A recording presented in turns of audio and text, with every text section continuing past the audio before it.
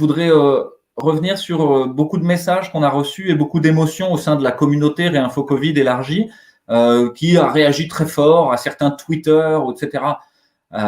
Mon conseil de médecin, c'est préservez-vous. Ne vous mettez pas en état de stress pour rien. Et puis ne surréagissez pas, ne vous mettez pas au 100 coups à chaque Twitter qui sort en fait. Calm down, soufflez un grand coup. En revanche, ça ne veut pas dire qu'il faut s'anesthésier et faire semblant de croire qu'il ne se passe rien et que tout va bien. Non, pas du tout. Et donc l'idée, c'est que il est temps de vous lever. Il n'y aura pas de sauveur, il n'y aura pas de Messie. Il est déjà venu. Et donc c'est vous qui devez vous sauver vous-même. Et là, je viendrai sur un point particulier qui met beaucoup d'émotions dans la communauté Réinfo Covid, parce que comme vous le savez, il y a beaucoup de soignants, beaucoup de médecins, beaucoup d'aides-soignants, beaucoup de gens qui font le ménage dans les hôpitaux ou qui sont infirmiers de ville. Et la position de Réinfo Covid est très claire. Et encore une fois, je vous invite à différencier la parole publique, qui doit être prudente. Et donc là, je suis dans une parole publique.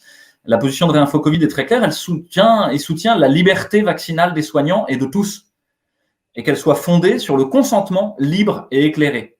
Et ça, c'est vraiment un fondement fort, le consentement libre et éclairé. Et ce consentement, il doit être éclairé par une information qu'on dit claire, loyale et appropriée quant aux bénéfices et aux risques de la vaccination. Et ces bénéfices et ces risques, il faut qu'ils soient ventilés par âge, par facteur de risque et par variant. Parce que ce n'est pas pareil pour des personnes âgées qui ont plein de facteurs de risque que pour des gens jeunes qui n'ont aucun facteur de risque. Et cette information, elle doit être sous-tendue par une science impeccable. Est-ce qu'elle l'est? Ça, c'est une autre question. Le consentement et l'autonomie des patients, il faut que vous sachiez que ce sont des principes de l'éthique du soin, de l'éthique biomédicale.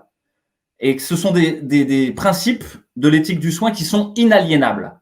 Et donc, il faut le consentement et il faut l'autonomie des patients.